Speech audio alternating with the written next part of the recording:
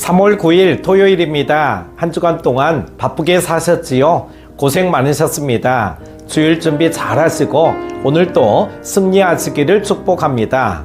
함께 묵상할 말씀은요, 시편 49편 1절에서 12절입니다. 뭇백성들아 이를 들으라. 세상의 거민들아 모두 귀를 기울이라. 귀천 빈부를 막론하고 다 들을지어다. 내 입은 지혜를 말하겠고 내 마음은 명철을 작은 소리로 읊조리리로다. 내가 비유에 내 귀를 기울이고 수금으로 나의 오묘한 말을 풀리로다. 죄악이 나를 따라다니며 나를 애워싸는 환난의 날을 내가 어찌 두려워하랴. 자기의 재물을 의지하고 부유함을 자랑하는 자는 아무도 자기의 형제를 구원하지 못하며 그를 위한 속전을 하나님께 바치지도 못할 것은 그들의 생명을 속량하는 값이 너무 엄청나서 영원히 마련하지 못할 것임이니라. 그가 영원히 살아서 죽음을 보지 않을 것인가. 그러나 그는 지혜 있는 자도 죽고 어리석고 무지한 자도 함께 망하며 그들의 재물은 남에게 남겨두고 떠나는 것을 보게 되리로다. 그러나 그들의 속 생각에 그들의 집은 영원히 있고 그들의 거처는 대대에 이르리라 하여 그들의 토지를 자기 이름으로 부르도다. 사람은 존귀하나 장구하지 못하며 멸망하는 짐승 같도다. 아멘.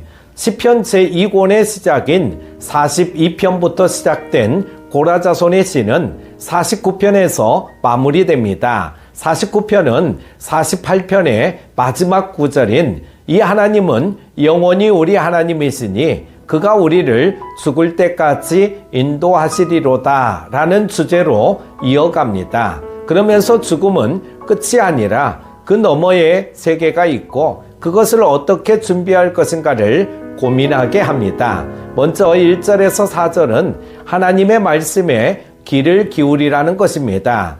길어야 100년의 짧은 인생을 살아가는 인간들은 100m 경주를 하듯 인생을 살아갑니다.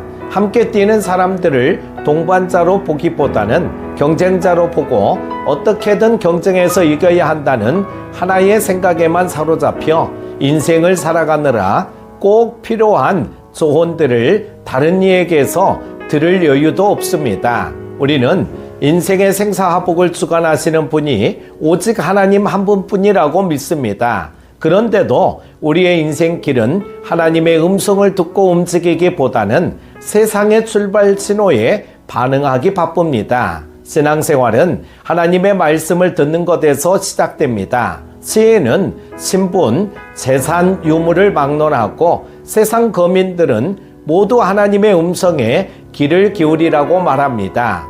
이는 그러한 조건들이 사람들의 귀를 막는 원인이 되기 때문입니다. 하나님을 의지해야 할 사람들이 귀천 빈부의 문제에 얽매여 자신이 누구인가 보다는 자신이 어떻게 보이는가에 집중하는 한 우리의 존재 자체를 변화시키기 원하는 하나님의 음성을 들을 수 없습니다. 시인은 이제 지혜, 명철, 비유, 오묘한 말로 하나님께 들은 바를 지속적으로 묵상하여 올바로 깨닫고 전달하고자 하는 열정을 보여줍니다. 예수님은 말씀이 육신이 되신 분입니다. 그 말씀은 우리에게 임하십니다. 우리는 말씀하옵소서 주의 종이 듣겠나이다라고 고백하며 잠잠히 하나님의 음성에 귀 기울이며 자신에게 주시는 말씀을 깨달아야 합니다. 두 번째로 5절에서 12절에 재물을 의지하지 말라는 것입니다. 세상은 빠른 속도로 변화합니다. 그러기에 세상의 것들을 의지하는 사람들은 불안하고 변화된 세상에서 낙오될까 두려워합니다.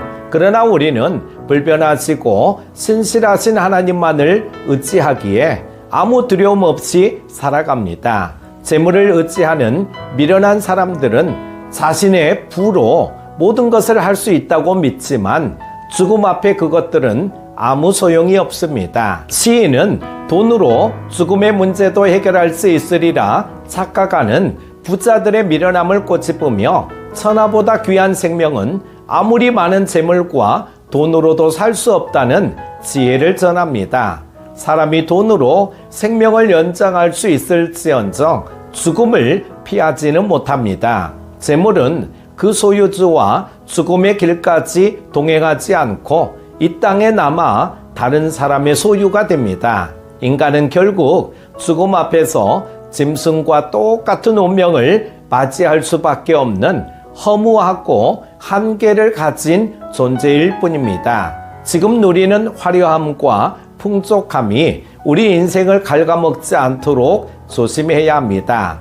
어리석은 자들이 고작 재물로 영원한 삶을 누릴 수 있다고 착각하는 이유는 영생이 어디로부터 나오는지를 찾지 못한 까닭입니다. 우리는 죽음이라는 필연적 운명 앞에서 재물과 같이 유한한 것을 의지하지 말고 영생의 근원이신 하나님을 붙들어야 합니다. 사랑하는 큐티 가족 여러분, 우리가 잘 아는 속담 가운데 물에 빠진 사람은 지푸라기라도 잡는다는 말이 있습니다.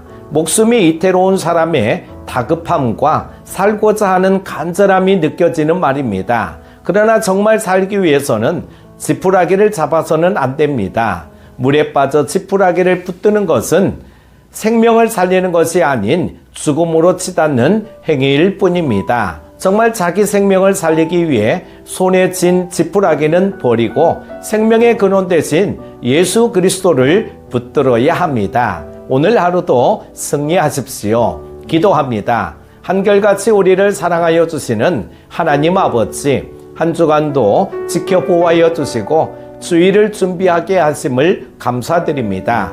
사순절 22일차를 시작합니다. 우리도 자기를 부인하고 자기 십자가를 지고 가는 제자가 되게 하여 주옵소서. 우리의 삶의 자리에서 늘 간섭하여 주시는 하나님을 만나게 하여 주옵소서. 오늘도 주일을 준비하는 정결한 하루 되게 하여 주시기를 원하오며 예수님의 이름으로 기도드립니다. 아멘.